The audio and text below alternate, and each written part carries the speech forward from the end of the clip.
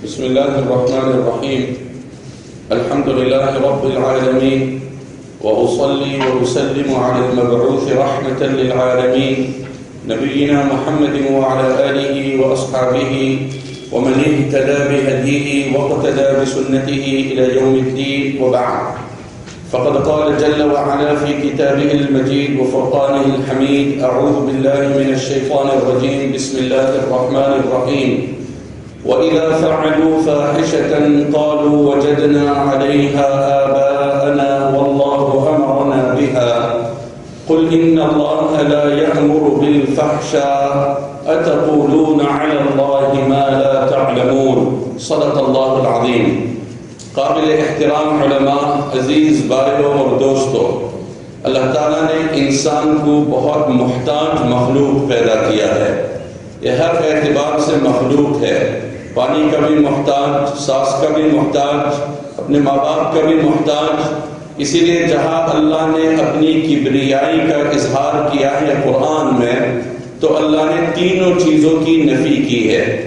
آدمی کبھی محتاج ہوتا ہے اپنے سے چھوٹے کی، جیسے باپ محتاج ہے اولاد کی. آدمی کبھی محتاج ہوتا ہے اپنے برابر کی، جیسے میاں بیوی کی یا بیوی میاں کی. اور اکثر آدمی محتاج ہوتا ہے اپنے بڑے کی، جیسے اولاد اپنے ماں باپ کے محتاج ہوتے ہیں. اللہ تعالیٰ نے اپنی ذات اقدس سے تینوں محتاجی کی نفی کی. وَقُلِ الْحَمْدُ لِلَّهِ الَّذِي لَمْ يَتَّخِذْ وَلَدًا. تمام تعریف اس ذات کے لیے جس کی کوئی اولاد نہیں. وَلَمْ يَتَّخِذْ وَلَدًا وَلَمْ يَكُنْ لَهُ شَرِيكٌ فِي الْمُلْكِ. اللہ کا کوئی مقابل، کوئی ہمسر، کوئی شریک نہیں. وَلَمْ يَكُنْ لَهُ وَلِيٌّ مِّنَ الذُّلِّ. کمزوری کی وجہ سے کوئی کارساز نہیں. اللہ ہے ہی سب سے بڑے. جب وہ اتنے بڑے ہیں اور تینوں محتاجی کی نفی ہو گئی تو فَكَبِّرْهُ تَكْبِيرًا، تو اللہ اکبر کہو. تو انسان کی جتنی ضروریات ہے اس میں سب سے اہم ضرورت انسان کی ہدایت ہے. اگر یہ ہدایت پہ ہے، ہدایت یافتہ ہے، تو یہ ڈھنگ سے چلتا ہے. اپنے لیے، ماحول کے لیے، بلکہ عالم کے لیے وہ باعث خیر ہوتا ہے. سب کو اس سے راحت ملتی ہے. ایک جنازہ جا رہا تھا، آپ نے پکار کر صحابہ سے کہا: مستریح او مستراح عنہ. مستریح او نبوی تعبیر تو دیکھیے، مستریح او مستراح عنہ. یہ خود آرام میں ہے یا اس کی موت نے اوروں کو آرام پہنچایا؟ یہ خود آرام میں ہے یا اس کی موت نے اوروں کو آرام میں پہنچایا؟ صحابہ کہے اٹھتے کیا مطلب مستریح او مستراح عنہ؟ آپ صلی اللہ علیہ وسلم نے فرمایا کہ جب نیک بندہ مرتا ہے تو اللہ کی رحمت میں فروح و ریحان و جنت و نعیم، اللہ کی نعمت میں، آرام میں، خوشی میں، مسرت میں ہوتا ہے. فاکہۃ، وہ بڑی خوشی میں ہوتا ہے. لیکن جب گنہگار بندہ، نافرمان بندہ، اللہ کی نافرمانی کرنے والا مرتا ہے تو اس کی موت پر پوری دنیا ایک ٹھنڈی سانس لیتی ہے کہ یہ گیا سو گیا، خیر کا گیا. کہ اس کی وجہ سے دنیا میں پریشانی، وبال، مصیبت ہر ایک کے لیے ایک عذاب بنا ہوا تھا. تو سب سے اہم ضرورت آدمی کی ہدایت کی ہے. ہدایت کے تقسیم کے اللہ کے یہ دو طریقے ہیں. قرآن کی آیت ہے، 25ویں پارے کی آیت ہے کہ اللہ یجتبی الیہ من یشاء ویہدی الیہ من ینیب.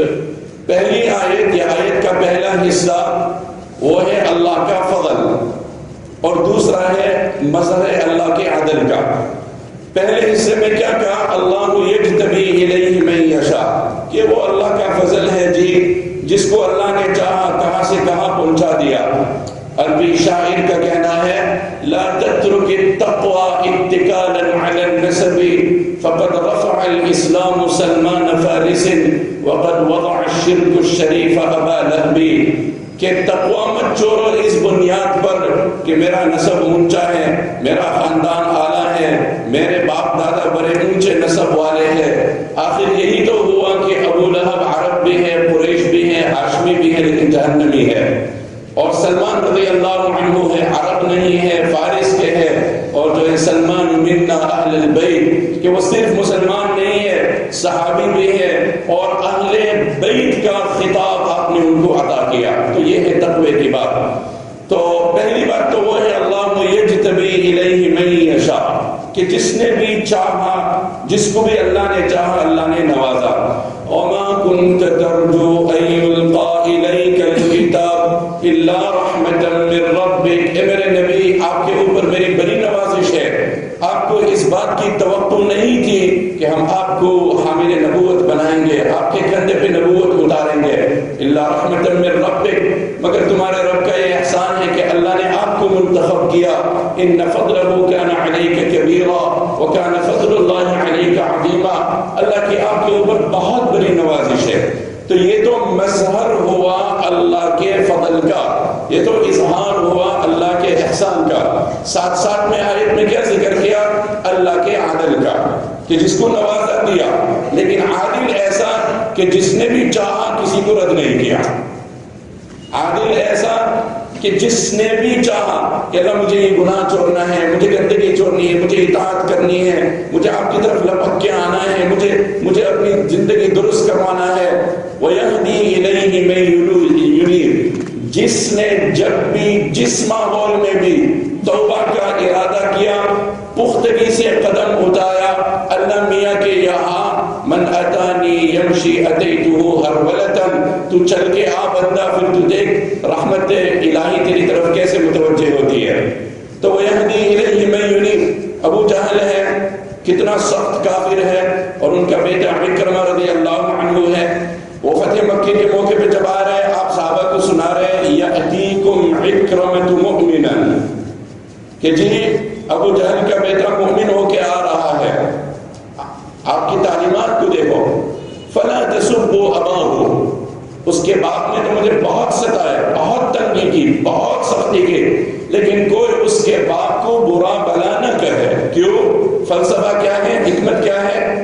فإن سب المیت یؤذی الحی ولا یبلغ المیت، اس لیے کہ مردے کو برا کہنا وہ تو زندوں کو ستانا ہے. مردے کو اس سے کیا تکلیف ہوگی؟ مردے کو اس سے کیا تکلیف ہوگی؟ اب بیٹھے بیٹھے مردوں کی آدمی غیبت کرے تو اس سے آدمی کو کیا ملے گا؟ تو جب انہوں نے رغبت کی، اگرچہ ان کے باپ اتنے سخت کافر تھے، اس کے باوجود اللہ نے ہدایت دے دی.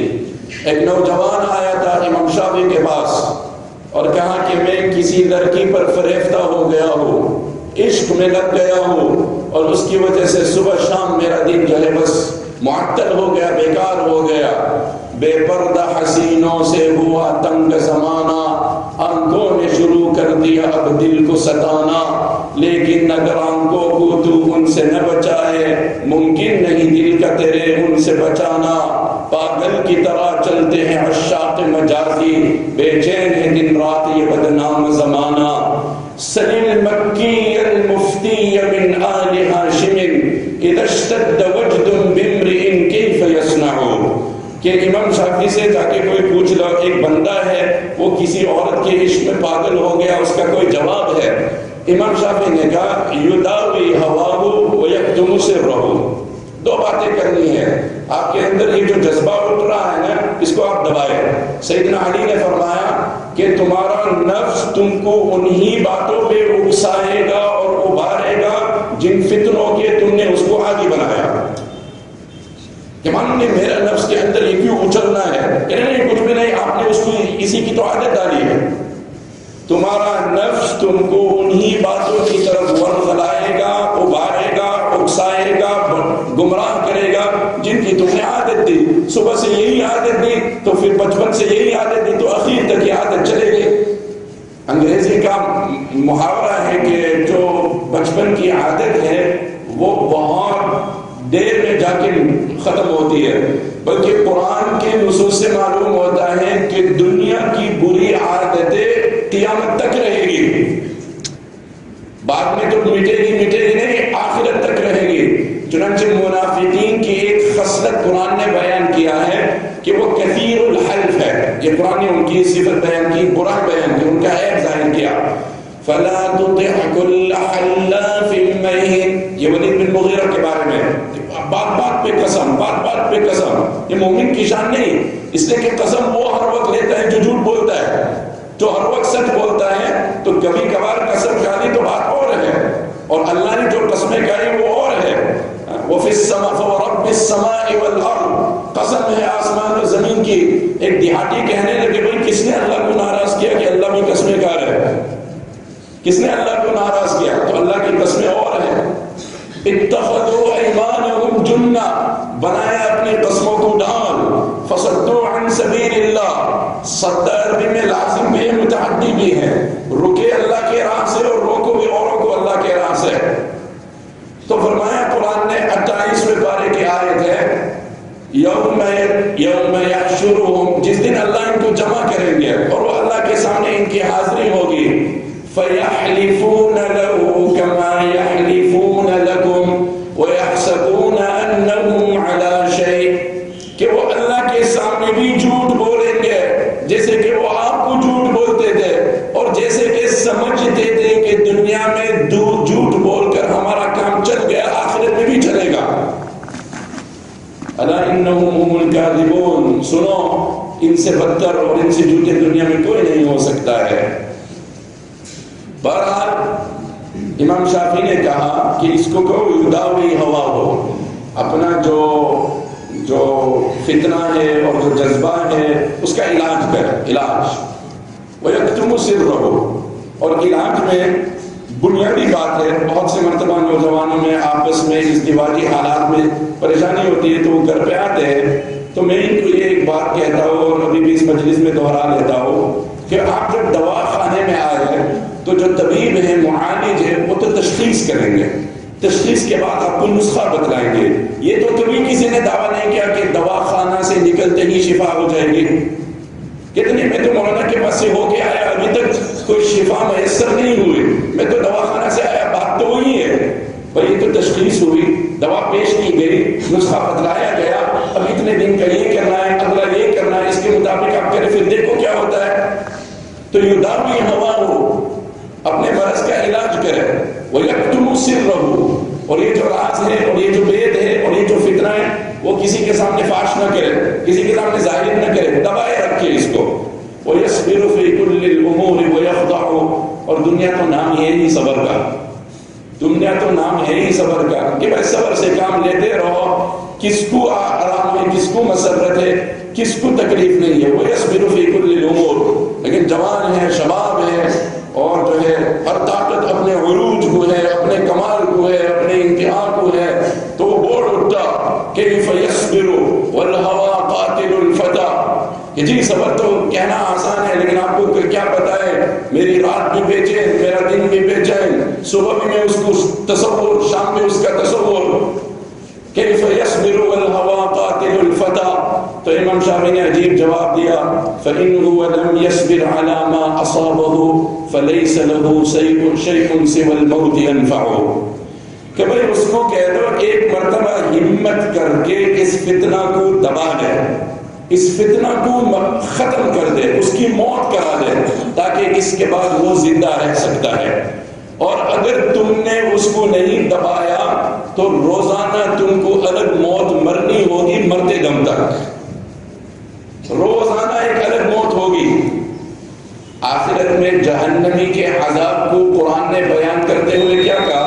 لا يموت فيها ولا يحيا، نہ تو وہ مرے گا جس کو ہم عام متعارف موت مانتے ہیں، اور نہ وہ حیات ایسی ہے جس کو حیات کہا جائے، اس پر زندگی کا اطلاق نہیں ہو سکتا ہے، اس لیے کہ وہ عذاب اس درجے کی ہوگی یتجرعہ، کہ اس کو پانی پلایا جائے گا، وہ اتنا گرم ہوگا کہ قریب لاتے ہوئے یشوی الوجوہ، شوائق بھی پورے چہرے کو وہ جلس دے گی، بئس الشراب، بدترین پینا ہے، وہ اس کو نگلنے کی کوشش کرے گا، ولا یکاد یسیغہ، وہ گلے سے اترے گا نہیں، وَيَأْتِيهِ الْمَوْتُ مِنْ كُلِّ مَكَانٍ، خیال یوں ہوگا کہ ابھی کا مرا، ابھی جائے گا، ابھی گری ہے، ایک لمحہ ہے، وَمَا هُوَ بِمَيِّتٍ، لیکن کبھی مرے گا ہی نہیں، بلکہ اہل نار جتنی بھی سازش اور جتنی بھی تدابیر اور جتنی بھی صورتیں ہو سکتی تھی دنیا میں عذاب کو کم کرنے کی، وہ جہنم میں اس کی کوشش کریں گے۔ چنانچہ دنیا میں یہ اصول ہے کہ اگر کوئی گرفتار ہے اور قیدی ہے اور اس کی لمبی سینٹنس ہے، تو اگر وہ قیدی بن کر بھی مہذب زندگی جیل خانہ میں گزارے تو پھر جو ہے اس پہ نظر کرم ہوتی ہے، کہتے کہ نہیں کچھ تخفیف کر لو، 10 سال کا 5 سال کر دو، تو وہ اس تدبیر کے بارے میں بھی سوچیں کہ بھائی چلو ایسا کرے کہ جہنم میں ہم خاموش رہے، جتنا ہی تکلیف ہو خاموشی سے بیٹھے، نہ چیخیں گے نہ چلائیں گے نہ واہ ویلا کریں، کچھ بھی نہیں کہیں گے، بیٹھیں گے چین سے۔ کچھ عرصہ ایسا گزر جائے گا، دیکھا کہ بھائی یہاں تو ضبط بھی ہو رہا ہے اور تخفیف بھی نہیں ہو رہی ہے، اس پر وہ کہیں گے جس کو قرآن نے ذکر کیا، سواء علینا اجزعنا ام صبرنا ما لنا من محیص، برابر ہے ہم پر، خواہ ہم شکایت کرے خواہ ہم صبر کرے، ما لنا من محیص، ہمارے لیے کوئی چھٹکارا نہیں، وَإِن يَسْتَعْتِبُوا فَمَا هُم مِّنَ الْمُعْتَبِينَ، اور اگر وہ طلب کرے کہ ہمیں عذر کا، آپ میری بات تو سنیں، تو اللہ کہیں گے کہ ان کو کہو کہ ہمیں سننا ہی نہیں ہے۔ بہرحال بات جو مجھے کہنی ہے کہ ہدایت کے اللہ میاں کے دو طریقے ہیں۔ اچھا، اب آپ کے سامنے آج کی مجلس میں کیا ذکر کرنا ہے کہ آدمی ہدایت سے کن اسباب کی وجہ سے محروم ہو جاتا ہے، تاکہ ہم چوکن نہ ہو جائے اور اللہ ہماری حفاظت کرے اور ہم اس کے شکار نہ بنیں۔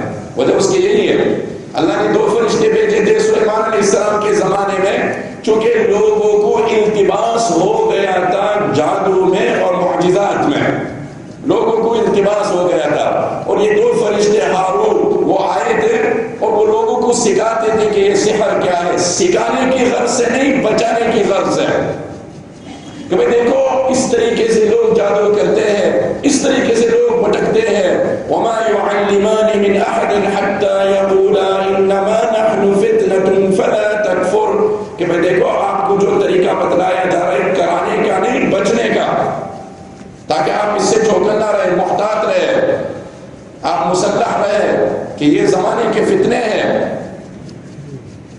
اور آج کل کیسے کیسے فتنے ہیں، وہ ہماری دادی تھی، اللہ ان کو جنت نصیب فرمائے، غریب رحمت فرمائے، وہ یہ جملہ ان کا میں نے دنیا کے کئی ملکوں میں اس کا تذکرہ کیا، وہاں تو ترجمہ کرنا پڑے گا، گجراتی کا جملہ ہے تو آپ کو سنا دو، یہاں تو دقت نہیں ہوگی ترجمہ کرنے کی، وہ آپ ہی سمجھیں گے اس کو، آپ کی زبان میں ہے۔ تو میں تو چھوٹا تھا، کم عمری تھی، لیکن وہ منظر میرے سامنے ہے، یہ منظر کبھی مٹے گا نہیں۔ تو جب بھی میں ملنے کے لیے جاتا تھا، وہی ساتھ میں ان کا انتقال ہوا، تو کہا کرتے تھے کہ بیٹا دعا کرو کہ وہ اللہ پاک منے لے جائے، منے ہمیں نہیں جیروچ،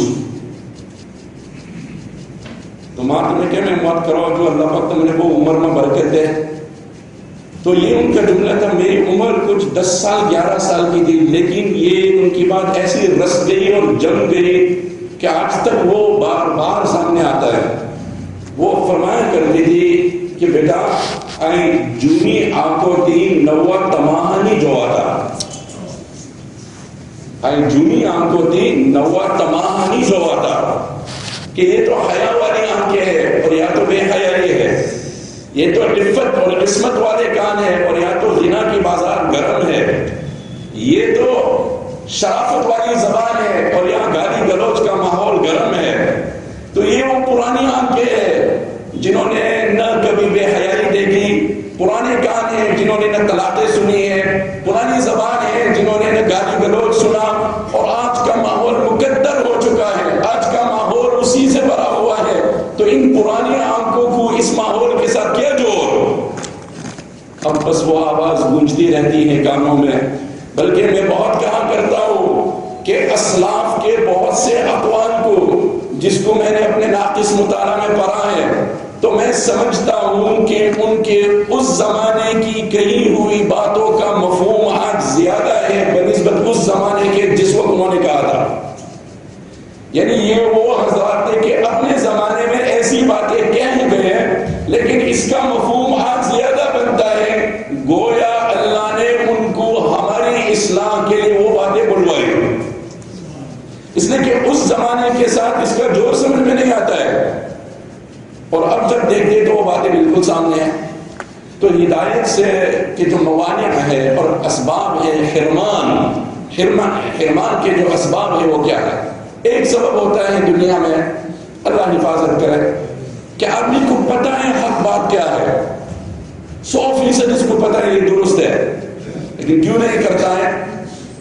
کہ جی ابھی تو جوانی ہے، حج کے بعد آدمی توبہ کرتا ہے، ابھی تو حج میرا تھوڑا ہوا، وہ تو شادی کے بعد، وہ تو عمر جب ڈل چکے گی اس کے بعد اہلا وسہلا بضیف نزل واستودع اللہ الفا رحل تولى الشباب كأن لم يكن وحل المشيب كأن لم يزل أما المشيب فصبح بدا وأما الشباب فبدر أفل سقى الله هذا وذاك نعم المولي ونعم البدل.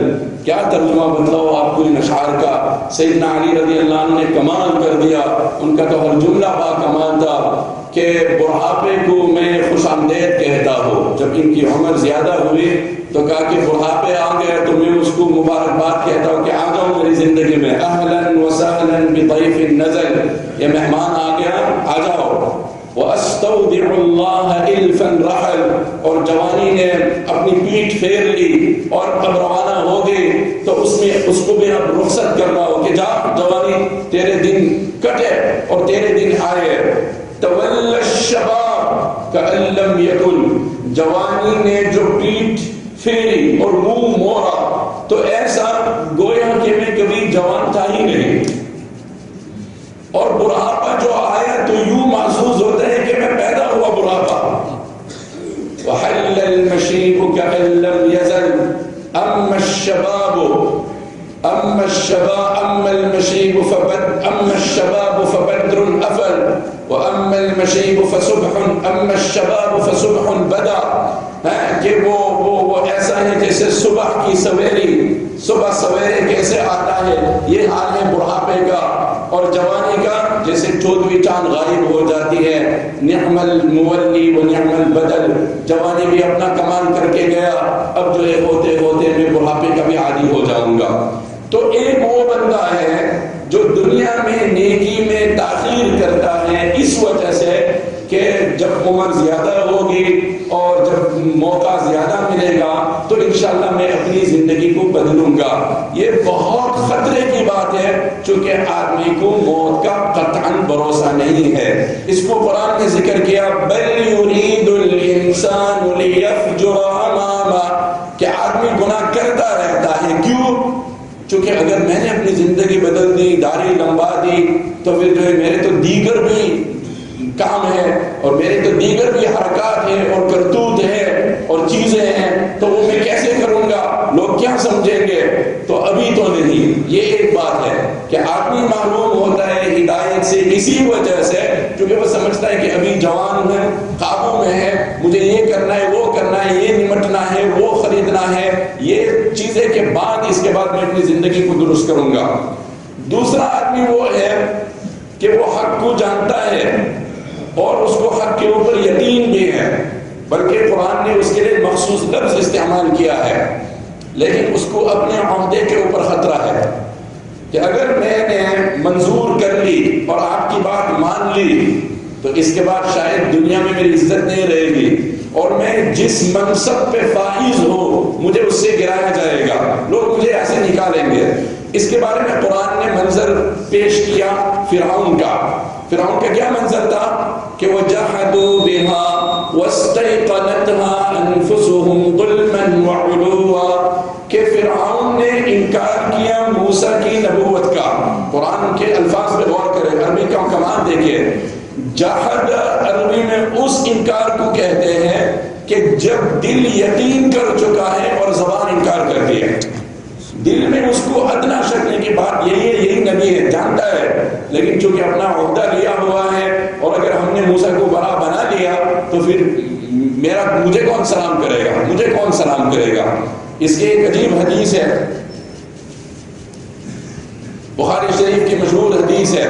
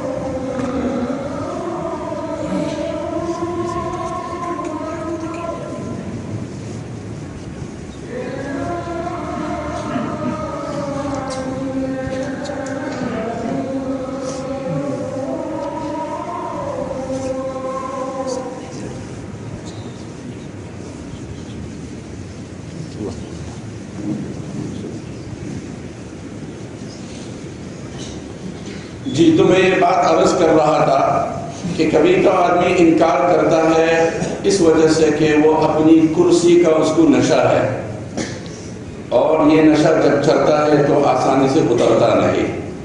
بخاری کی حدیث ہے کہ آپ صلی اللہ علیہ وسلم نے خطوط بھیجے تھے مختلف بادشاہوں پر، اس میں سے ایک ہرقل ہے، آپ نے ان کے نام پہ بھی خط لکھا۔ دیکھو ہماری تعلیم اور حضور کا جو طریقہ ہے وہ کتنا پیارا ہے، کتنا اعلیٰ ہے، کتنا پسندیدہ ہے۔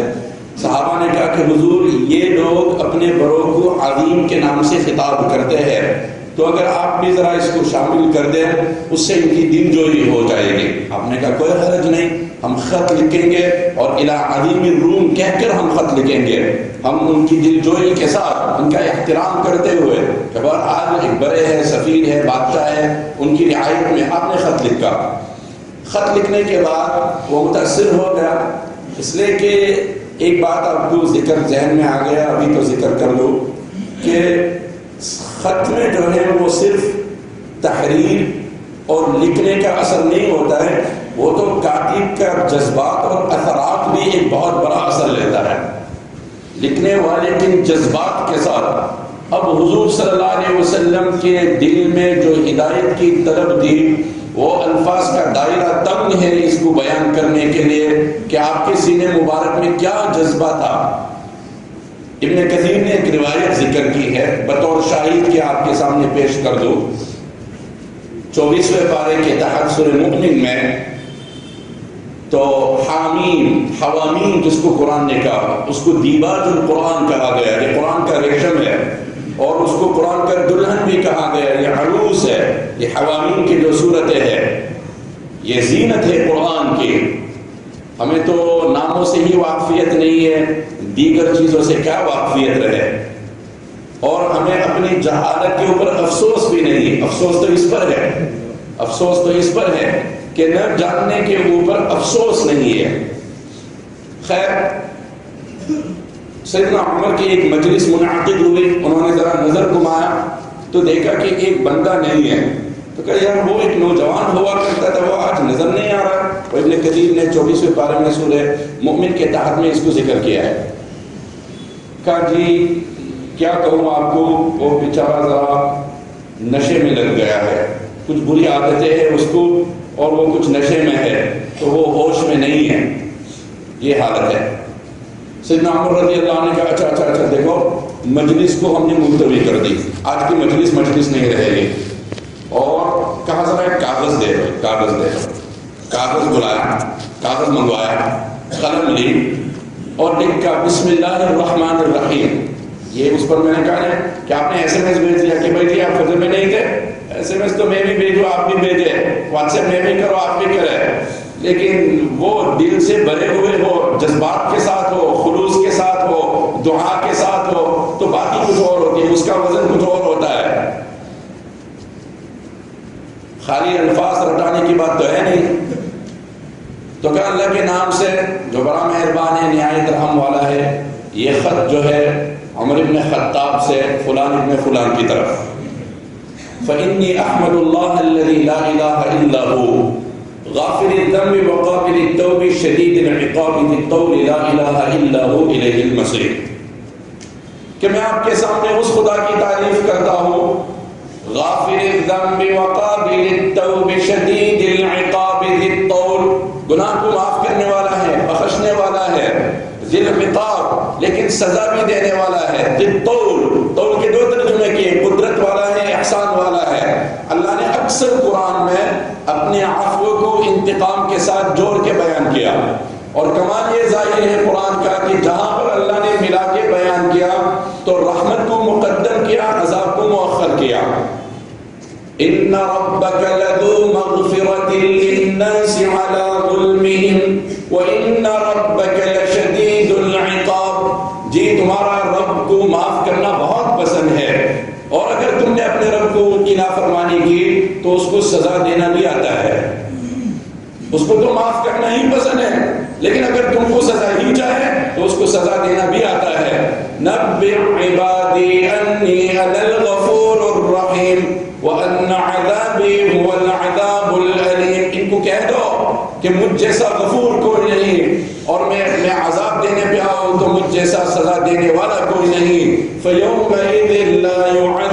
عذابه احد ولا يوثق وثاقه احد. بے شمار نصوص ہے قرآن کے، بے شمار نصوص. ما يفعل الله بعذاب، آیت عجیب ہے، قرآن کی ہر آیت عجیب ہے. ما يفعل الله بعذابكم ان شکرتم وآمنتم. میرے بندے تمہیں عذاب دے کے مجھے ملے گا کیا؟ مجھے ملے گا کیا؟ خیر کہ میں تمہارے سامنے اس اللہ کی تعریف کرتا ہوں جو معاف کرنے والا ہے، بخشنے والا ہے اور سزا بھی دے سکتا ہے. سیدنا عمر نے یہ ہمارے مولانا ابرار صاحب رحمۃ اللہ علیہ، ان کی بات میں ہمیشہ نقل کرتا ہوں، تو وہ کہتے اپنے لوگ کہتے کہ مولوی صاحب آپ نے کوئی نہیں غیبت نہیں کرے بنکاری ایک وستو غیبت کوئی ڈر نہیں کرو اللہ معاف غیبت تو وہ خراب کیا ہے پر ایک کیوانی بات کر لی یہ میں بڑھو آوی گیا. اور یہی تو حضور نے فرمایا قیامت سے پہلے لوگ شراب پیئیں گے. صحابہ نے کہا حضور ممکن ہوگا کہ شراب کی جو حرمت اور وعید ہے وہ حدیث ان کے کانوں تک نہیں پہنچے گی، اس لیے آپ نے کہا نہیں نہیں نہیں، وہ الفاظ کے ساتھ کھیلیں گے، وہ الفاظ کے ساتھ کھیلیں گے. سیمنٹکس، لنگوسٹکس انگریزی میں جو بولتے ہیں، لیم بِأَلْسِنَتِهِمْ with the twist of the tongue، زبان کو مور کے، يُسَمُّونَهَا بِغَيْرِ اسْمِهَا فَيَسْتَحِلُّونَهَا. یہ حضور کے الفاظ ہے. کیا فرمایا آقا صلی اللہ علیہ وسلم نے؟ پیئیں گے شراب، نام رکھیں گے اس کا، اور گولی کھائیں گے حرام، کہتے کہ نہیں وہ ٹرینکولائزر ہے، ہاں وہ ٹینشن چلے مانے ہمارا وہ ٹینشن جاتی ٹینشن مانے وہ ٹینشن چلے، ٹھیک ہے نا، ٹینشن کہیں نہیں. کھائیں گے حرام، نام رکھیں گے اس کا، اور کریں گے غیبت، نام رکھیں گے اس کا، اور لیں گے سود، نام رکھیں گے اس کا، اور ذَلِكَ بِأَنَّهُمْ قَالُوا إِنَّمَا الْبَيْعُ مِثْلُ الرِّبَا وَأَحَلَّ اللَّهُ الْبَيْعَ وَحَرَّمَ الرِّبَا. یہاں تو انہوں نے تشبیہ میں تقلیب کیا، قلب کیا ہے. یہ قرآن کی بات ہے، اس میں بہت دقیق بات ہو جائے گی. بِأَنَّهُمْ قَالُوا إِنَّمَا الْبَيْعُ مِثْلُ الرِّبَا. حالانکہ اگر ان کو کہنا تھا تو ان کو یوں کہنا چاہے تھا کہ إِنَّمَا الرِّبَا مِثْلُ الْبَيْعِ، لیکن انہوں نے اس کو الٹا کر دیا. ذَلِكَ بِأَنَّهُمْ قَالُوا إِنَّمَا الْبَيْعُ مِثْلُ الرِّبَا وَأَحَلَّ اللَّهُ الْبَيْعَ وَحَرَّمَ الرِّبَا.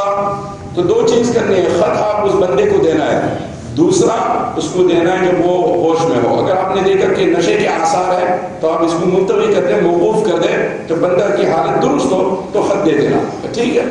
وہ قاصد لے کے روانہ ہوا، جتنے احباب تھے سب کو دعا میں لگا دیا، سب کو دعا میں لگا دیا کہ بھائی آج کی مجلس کہ بھائی بدل ہو گئے. انہیں لکھتے ہیں اشتہار کے نیچے مجلس بدل سکتی ہے بغیر اطلاع کے.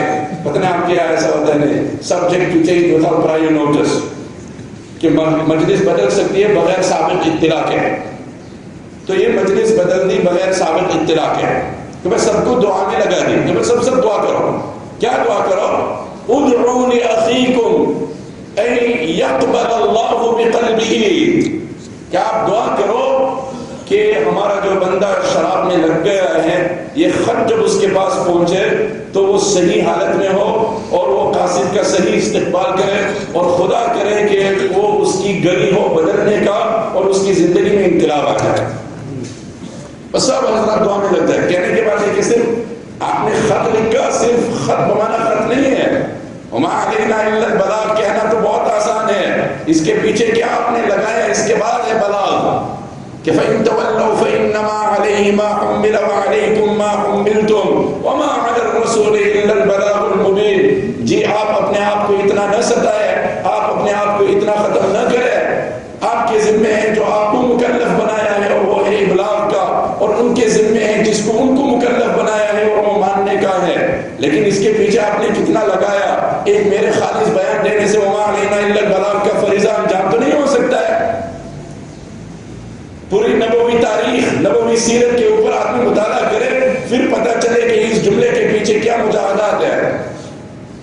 اب سیدنا عمر کی خط مختصر صحیح احباب کے فکر کے ساتھ قاسم کی توجہ کے ساتھ وہ بندے کے پاس جب پہنچا، فلما بلغ الرجل کتاب عمر، فلما بلغ الرجل کتاب عمر، جب وہ خط پہنچا عمر کا، جعل يقرأه ويردده، پڑھ کے رونے لگ گیا اور کہنے لگا یار عمر، پورے قرآن میں سے تو نے کیسی عجیب آیت کا انتخاب کیا کہ تو نے مجھے امید بھی دلائی اور ڈرایا بھی صحیح.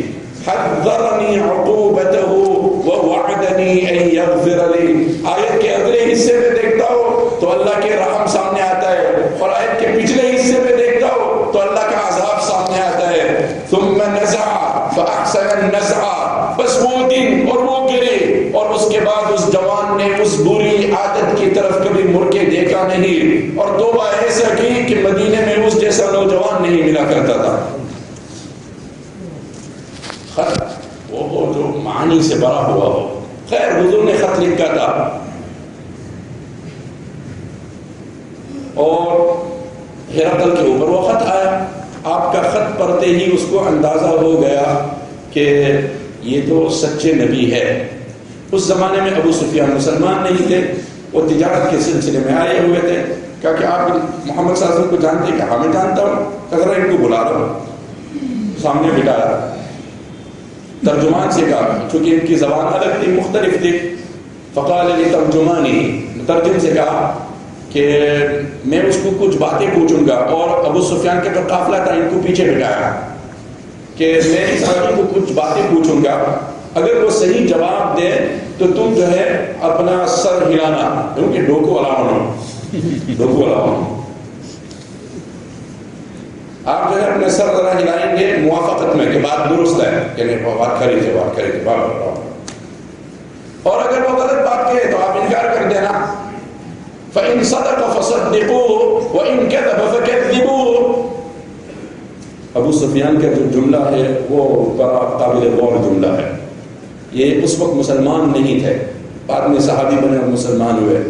کہ زندگی بھر مجھے اتنی خواہش نہیں تھی جھوٹ بولنے کی جتنی خواہش مجھے اس دن تھی. اپنی پوری زندگی میں مجھے کبھی خواہش نہیں تھی کہ یار آج تو جھوٹ بولنا ہے، لیکن اس دن اتنی شدید تمنا تھی مجھے جھوٹ بولنے کی تاکہ میں اس بادشاہ کو نبی سے بدظن کروں کہ یہ آدمی اچھا نہیں ہے، یہ آدمی اچھا نہیں ہے، یہ لوگ بہت خلاف ہیں، اچھے لوگ نہیں ہیں. تو میرا بہت جی چاہ رہا تھا، لیکن میں نے کہا اگر میں نے جھوٹ کہہ دیا اور یہ آدمی تو اسلام سے مڑ گیا، لیکن میرے اوپر پھر جھوٹ کا داغ لگے گا، جھوٹا ہونے کا دبا لگے گا، اور جھوٹے ہونے کے دبے کے ساتھ پھر میری تو معاش میں کوئی چہرہ نہیں رہے گا، پھر میں لوگوں کے ساتھ کیسا مل کے رہوں گا. واللہ لولا الحیاء من ان یأثروا علی کذبا لکذبت عنہ. اگر اس کا خطرہ نہ ہوتا کہ لوگ مجھے جھوٹا کہتے تو میں کل کی جھوٹ بولتا، لیکن زمانہ اتنا تھا. حذیفہ ابن یمان کی روایت ہے، بخاری جلد ثانی میں ہے کہ حضور کے زمانے میں صلی اللہ علیہ وسلم ہر کسی سے ہم خرید و فروخت کرتے تھے. وہ کس سے اگر خرید و فروخت کرنا ہوتا تھا تو ہم تحقیق نہیں کرتے تھے کہ بھئی انہیں پیسہ دیوا ہے کہ نہیں دیوا ہے، کہ نہیں تمہیں دیا تو مجھے کیا دینا. ہم نے تو اپنے ساتھ میں کتنے لوگوں کو دیکھا بیچارے پتہ نہیں کتنے لاکھ دیتے ہیں وہاں کے پاسپورٹ کے لیے، اور کسی نے یہ کیا اور وہ کیا کہ مول صاحب تمہیں واٹر جاوا جو ہے یار، تمہیں واٹر جاوا جو ہے یار، مارا تو اطلاع کیا نہیں کیا نہیں کیا.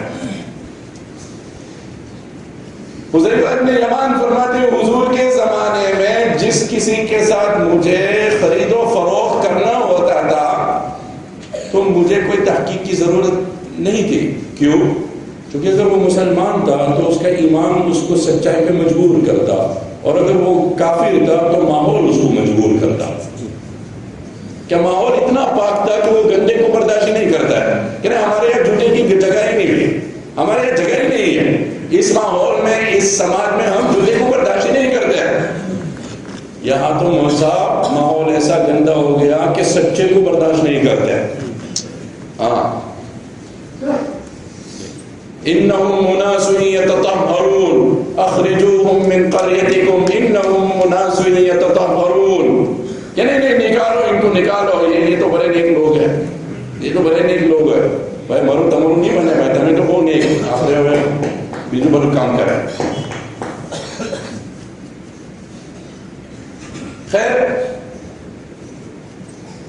ہرقل نے جب خط پڑھا اور اس کا جو محادثہ ہوا اور گفتگو ہوئی تو اس نے اخیر میں کہا ان کان ما تقول حقا فسيملك موضع قدمي هاتين، اگر بات ایسی ہی ہے جیسے تم نے پیش کی اس نبی کے بارے میں تو وہ زمانہ قریب ہے کہ ان کی بادشاہت اور حکومت صرف عرب میں نہیں رہے گی، یہاں روم میں بھی آ جائے گی، اور جس تخت پر میں بیٹھا ہوں وہ بھی اس کے بادشاہ ہو جائیں گے، اور اگر خدا نے موقع دیا لتجشمت لقاءه، یہ بخاری کے الفاظ ہے کہ میں بمشقت مختلف سفر کرا کے ہوا کہ میں ان کی خدمت میں پہنچوں گا، وَلَغَسَلْتُ عَنْ قَدَمَيْهِ، اور میں اس نبی کے پاؤں کو دھوؤں گا بھی اور چھوؤں گا بھی۔ یہ بادشاہ ہے، اپنی سلطنت پہ ہے، نبی کا خط آ گیا ہے، سمجھ گیا ہے۔ میں نے کیا کہا تھا کہ ایک سبب ہوتا ہے رکنے کا، وہ ہوتا ہے آدمی کی عہدہ، کہ عہدہ میرا عہدہ کو کیا بنے گا۔ اچھا، ثم امر بالابواب فغلقت، کہ محل کے جتنے دروازے ہیں تالا لگا لو، تالا لگا لیا، سب اپنے اہل دربار کو جمع کر دیا۔ آپ لوگوں کے سامنے ایک بات پیش کرنی ہے، اپنا انٹرویو کر دیا، اہل دربار کو جمع کر دیا۔ کیا جمع کر دیا؟ هل لكم في الفلاح والرشد وان يثبت ملككم، تمہید تو دیکھو، تمہید، کیا تم یہ چاہتے ہو کہ تمہیں کامیابی ملے، تمہیں خوشی ہو، خوشحالی ہو، اور ہمیشہ تمہاری حکومت برقرار رہے؟ کون انکار کرے گا؟ ہر ایک چاہے گا، بدیہی بات ہے، کوئی نظری بات تو ہے نہیں، اس میں کوئی غور کرنے کی ضرورت نہیں، ہر ایک کہتے ہیں کہ بھائی ہمیں تو یہی چاہیں۔ تو کہا فبایعوا هذا النبی صلی اللہ علیہ وسلم، تو پھر بات سیدھی سی ہے کہ اس نبی کا خط میرے اوپر آیا ہے، تم سب میرے ساتھ مل کر ان کے ہاتھ پر بیعت کر لو، ان کا دین قبول کر لو، اس میں میری تمہاری سب کی حکومت، ہماری فلاح، کامیابی دنیا آخرت سب اسی میں چھپا ہوا ہے۔ بس بادشاہ کا یہ کہنا تھا، بادشاہ کا یہ کہنا تھا کہ وہاں دھوم مچ گئی، دھوم مچ گئی، اور سب وہاں سے نکل کر بھاگے کہ نہیں، اگر آپ کی یہ بات ہے تو آج آپ ہمارے بادشاہ نہیں، اور آج کی حکومت گئی اور ہم یہاں سے ابھی نکلیں گے۔ تو جو دروازے کی طرف لپکے تو دیکھا وہ تو بند، تو اب فوراً اپنی زبان بند کر دی، فوراً اپنی بات بدل دی۔ انی قلت مقالتی هذه آنفا لأختبر بها شدتکم، کہ نہیں، وہ اصل میں آپ میری بات سمجھے نہیں، وہ کوئی ایسی بات نہیں ہے، میں تو صرف یہ دیکھنا چاہتا تھا کہ تم لوگ اپنے مذہب پہ پختہ ہو یا نہیں، کہ کوئی بیجو تمہارا کہاں کی بیجی بات مکھے تو ایک بات تمہیں ہم بروانا کہ نٹی ہم بروانا۔ اب تو مجھے اطمینان ہو گیا ہے، مجھے شرح صدر ہو گیا ہے کہ آپ کسی اور پہ بکیں گے نہیں، آپ کسی اور کے خریدار بنیں گے نہیں، آپ تو اسی پہ مذہب پہ رہیں گے اور اسی پہ مریں گے۔ اور اصل تو میں نے جو بات پیش کی تھی وہ آپ کو آزمانے ہی کے لیے۔ بخاری کی حدیث ہے فَكَانَ ذَلِكَ آخِرَ شَأْنِ ہرقل، افسوس کے ساتھ نہ ہرقل رہا نہ اس کی حکومت رہی، لیکن اس کے کفر والا قصہ قیامت تک رہے گا، اس کے کفر والا قصہ۔ بات اسی پہ رہی، جس بندے نے ایک جملے پہلے یوں کہا کہ اس نبی کے پاؤں کو میں اپنے ہاتھ سے دھوؤں گا اور میں چوموں گا، یہ اپنے الفاظ ہے لیکن مفہوم اس کا وہی ہے، اور جو بھی میرے بس میں ہو وہاں پہنچنے کا میں اہتمام کروں گا، لیکن جہاں دیکھی کہ اس کی زد پڑے گی میرے کرسی پر، اس کی زد پڑے گی میرے عہدے پر، تو پھر تو بات گئی۔ تو یہ ایک دوسرا طریقہ ہے۔ اصل تو جو بات مجھے کہنی تھی میں نے شروع نہیں کی، لیکن وقت ہو گیا، مختصر بتلا دیتا ہوں 2 منٹ میں۔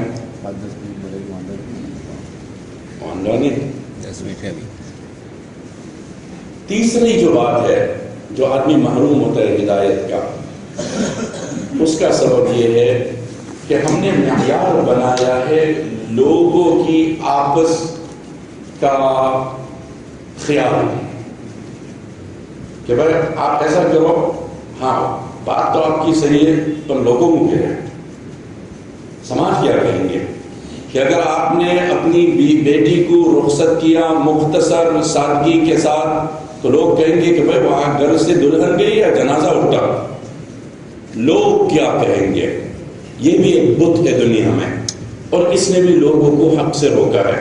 اور یہ مجھے اصل کہنا تھا کہ پتہ نہیں صحیح بات کیا ہے، لیکن ہم اس میں آ گئے کہ سوسائٹی، کمیونٹی، ماحول، کانٹیکٹس، لوگوں کا آپس تصور، خیال، بات چیت، ہر ایک کا نظریہ اس پہ کیا رہے گا، اس کو ہم مد نظر رکھتے ہوئے اقدام کرتے یا پیچھے ہٹتے ہیں۔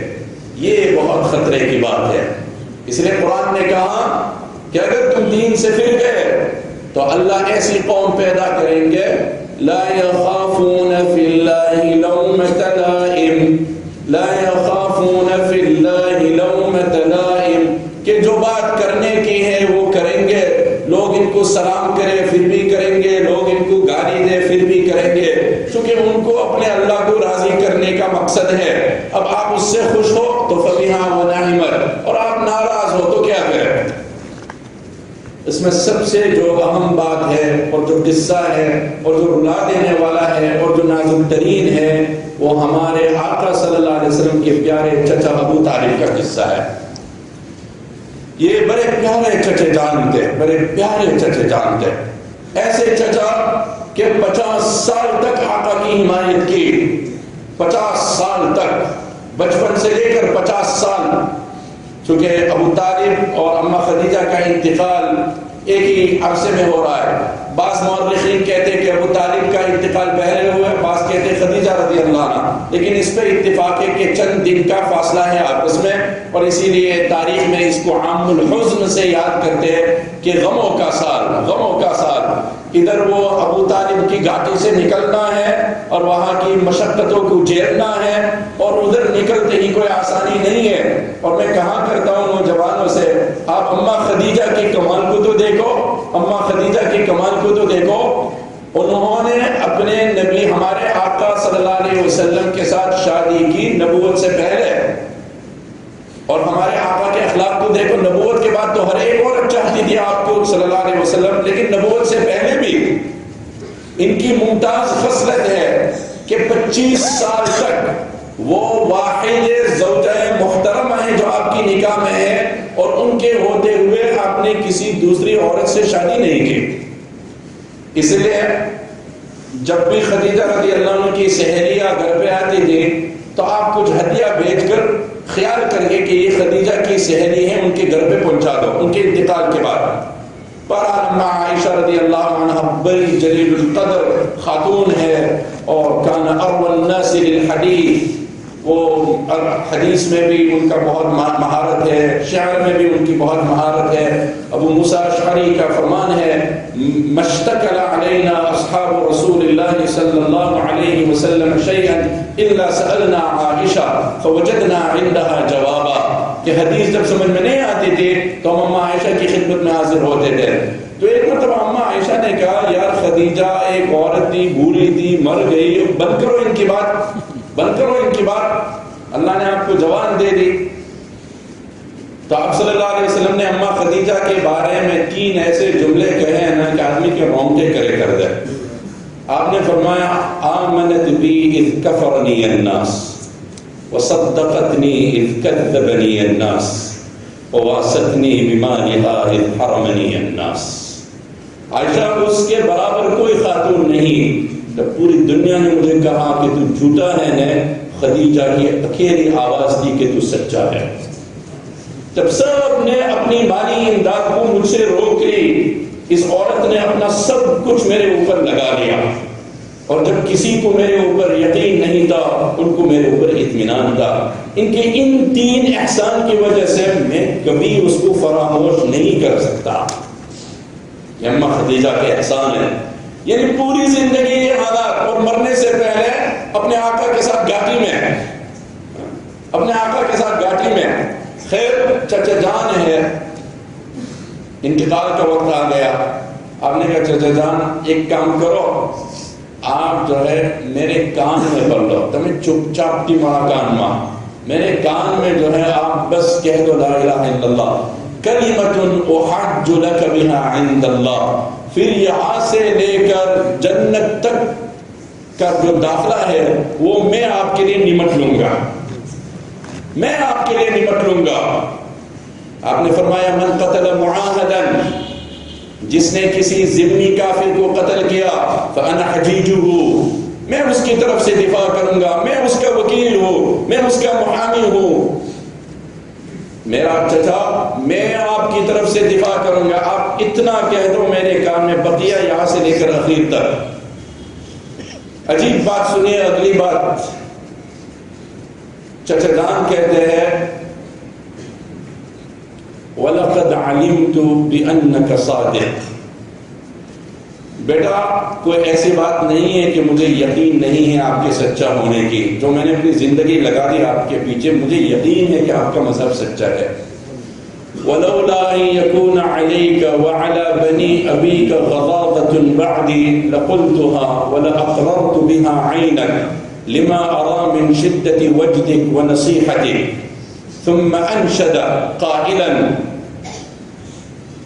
کہ اگر یہ بات نہ ہوتی کہ لوگ کیا کہیں گے، اگر یہ بات نہ ہوتی وَلَوْلَا أَن يَكُونَ عَلَيْكَ وَعَلَى بَنِي أَبِيكَ غَضَاضَةٌ، اگر یہ باعث شرم نہ ہوتی کہ یار ابو طالب نے عین موقع پر اپنے اسلاف اور اپنے بڑوں کی بات ٹکرا دی، اگر مجھے اس کی فکر نہ ہوتی تو میں بہت پہلے کلمہ پڑھ لیا ہوتا اور میں اپنے آپ کی آنکھوں کو ٹھنڈک پہنچایا ہوتا۔ لما ارى من شدت وجدک ونصیحتک، کیوں؟ اس لیے کہ میں آپ کے دل کی طرف دیکھ رہا ہوں۔ اور پھر یہ شعر کہا وَلَقَدْ عَلِمْتُ بِأَنَّ دِينَ مُحَمَّدٍ مِّنْ خَيْرِ أَدْيَانِ الْبَرِيَّةِ دِينًا، وَلَقَدْ عَلِمْتُ بِأَنَّ دِينَ مُحَمَّدٍ مِّنْ خَيْرِ أَدْيَانِ الْبَرِيَّةِ دِينًا لَوْلَا الْمَلَامَةُ أَوْ حِذَارُ مَسَبَّةٍ لَوَجَدْتَنِي سَمْحًا بِذَلِكَ مُبِينًا وَلَكِنْ سَوْفَ أَمُوتُ عَلَى مِلَّةِ أَشْيَاخِي، کہ بھتیجا مجھے تو پورا یقین ہے کہ آپ سچے ہیں، لیکن مجھے خطرہ ہے کہ لوگ ملامت کہیں گے، لوگ برا بلا کہیں گے، میرے مرنے کے اوپر کیا بولیں گے، میرے جنازے کو جاتے ہوئے کیا کہیں گے۔ اگر اس کی فکر نہ ہوتی تو میں کب کا کلمہ پڑھ لیا ہوا ہوتا۔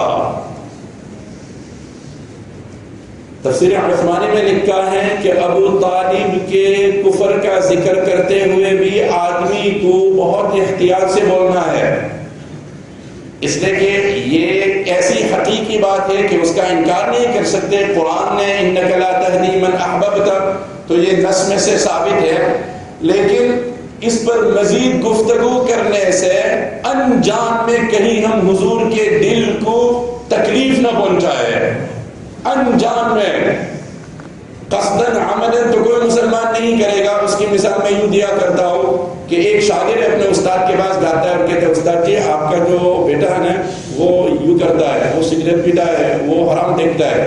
استاد جی کہتے ہیں جی بیٹا مجھے پتا ہے، کوشش کر رہا ہوں، کیا کرے، ہاتھ میں نہیں آ رہا ہے۔ اگلے دن شاگرد کہتے ہیں جی استاد جی سبق تو بعد میں، آپ ذرا اپنے بیٹے کا بھی تو خیال کریں۔ اب ظاہری بات ہے کہ یہ طالب علم بار بار یہ جو کہہ رہے تھے استاد کے دل میں ٹھیس لگے گا ہی نہیں، تکلیف تو ہوگی نہیں، اور اس کے استاد کا دل سے ہٹے گا کہ بھائی وہ تو پریشانی کی بات ہے، لیکن اب تو اس زخم کو سختی پہنچا رہا ہے۔ تو یہ ہمارے آقا صلی اللہ علیہ وسلم کے لیے صدمہ ہے، ہم کہیں اس صدمے میں اضافہ نہ کریں۔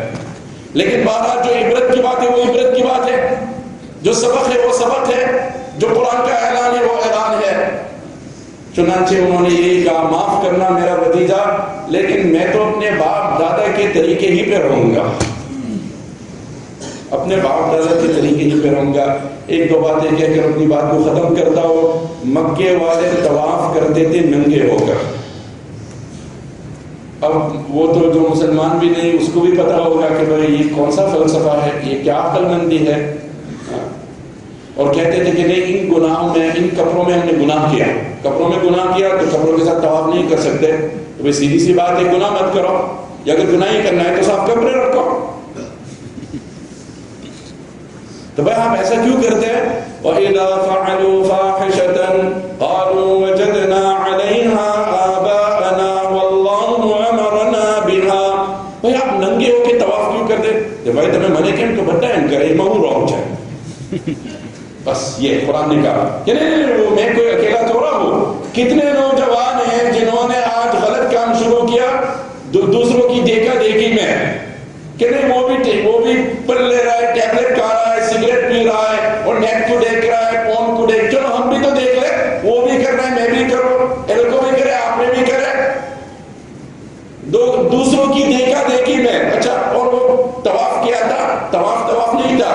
وَمَا كَانَ صَلَاتُهُمْ عِنْدَ الْبَيْتِ إِلَّا مُكَاءً وَتَصْدِيًا. کہیں تالیاں بجانا ہے، کہیں سیٹی کرنی ہے، بس یہ ان کی عبادت تھی. اور جب پوچھا کیوں تو وہ سب کرتے. موسیٰ علیہ السلام سمندر سے گزرے اللہ کے حکم سے، اللہ نے پانی کھول دیا، انہوں نے اپنی آنکھوں سے مشاہدہ کیا، فرعون ڈوبا، وہاں سے نکل کر گزرے تو دیکھے کچھ لوگ جھکے ہوئے ہیں اور وہ کوئی چیز کی پوجا کر رہے ہیں. تو موسیٰ کو کہنے لگے یار آئے لوگوں تو وہ ہارو لاگے تمہیں آپ واسطے بھی ایک ہی بولی نہ کو. وجاوزنا ببني إسرائيل البحر فأتوا على قوم يعكفون على أصنام لهم قالوا يا موسى اجعل لنا إلها كما لهم آلهة. کہ یار یہ ان کا تو کتنا اچھا ہے. تو موسیٰ نے کہا یار ابھی تو اللہ نے اپنی قدرت تو تمہیں دکھائی، چونکہ سب کر رہے ہیں تو یہ صحیح ہے، یہ کہاں کی عقل مندی ہے، یہ کہاں کا فلسفہ ہے. میں نہیں کہتا ہوں خام و خواہ سب کی مخالفت کرو، یہ میرا ہرگز دعویٰ نہیں ہے اور نہ میری بات ہے.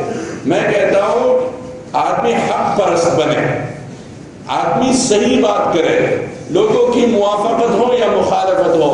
اور اسی پر آخری نصیحت عبداللہ ابن مسعود کی سناتا ہوں. حیات الصحابہ میں باب المواعظ کے تحت جس کو ذکر کیا، سیدنا عبداللہ ابن مسعود رضی اللہ عنہ فرمایا کرتے تھے کہ آدمی امعتن نہ بنے. امع یہ ان کے الفاظ ہیں. کیا مطلب امع؟ معن سے مع. امعتن کا کیا مطلب؟ انا مع الناس، انا مع الناس، ان اهتدوا اهتديت وان ضلوا ضللت.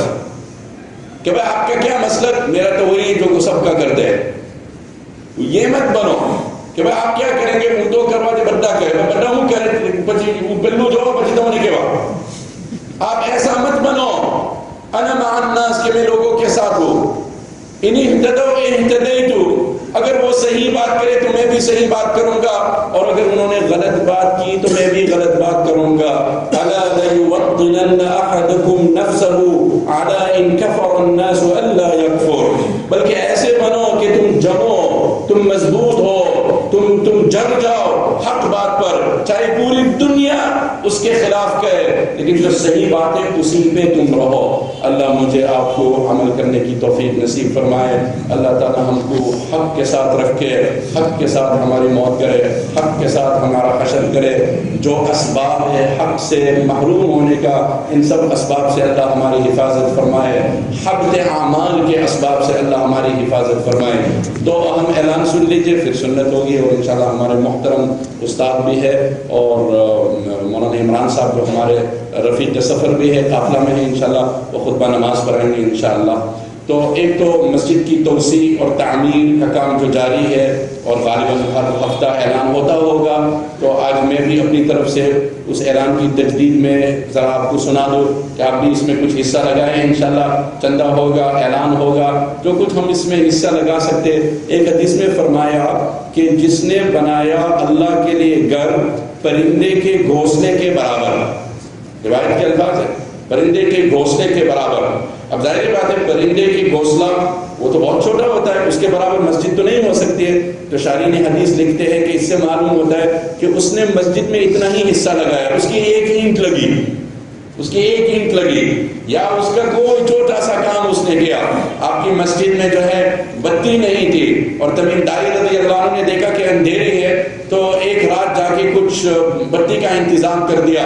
آپ نے کہا یار ہمارے یہاں وہ بتی کی ضرورت تھی, کس نے کر لیا؟ تو تمیم داری نے کہا کہ میں نے کی. آپ نے کہا اللہ بھلا کرے تیرا, اللہ تیری قبر کو روشن کر دے.